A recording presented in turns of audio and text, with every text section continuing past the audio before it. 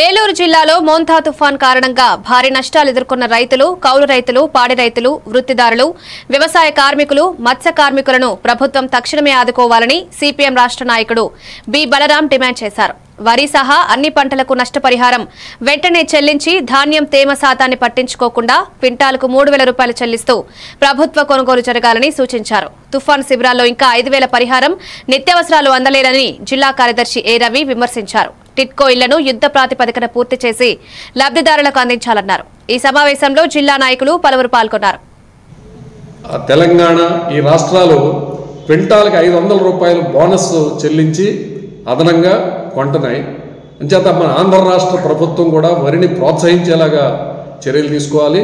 ఇటీవల ముఖ్యమంత్రి గారు వరికి వ్యతిరేకంగా చేసినటువంటి వ్యాఖ్యల్ని ఉపసంహరించుకోవాలి. మన రాష్ట్రంలో కూడా 500 రూపాయలు అదనంగా బోనస్ చెల్లించి క్వింటాల్ ధాన్యానికి 3,000 ధర ఉండేలాగా చర్యలు తీసుకోవాలని కోరుతున్నాం. పాడి రైతుల్ని నష్టపోయినటువంటి వారు ఉన్నారు, వారిని కూడా ప్రత్యేకంగా ఆదుకోవాలని కోరుతున్నాం. ఈ తుఫాను వల్ల చాలా ప్రాంతాల్లో వృత్తిదారులు, వ్యవసాయ కార్మికులు, వృత్తిదారులు కూడా పనులు లేక నష్టపోయారు. మత్స్య కార్మికులు నష్టపోయారు.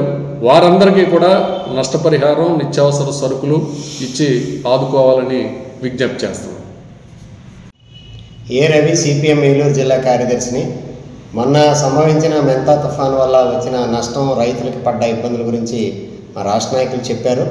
రైతుల యొక్క కష్టాన్ని తీర్చడం కోసం ఇప్పటికే చాలా ప్రకటనలు చేశారు. వాటిని తీర్చేదానికి ఆచరణలో అది జరిగేలాగా ఈ ప్రభుత్వాలు పూనుకోవాలని చెప్పేసి మేము డిమాండ్ చేస్తా ఉన్నాం.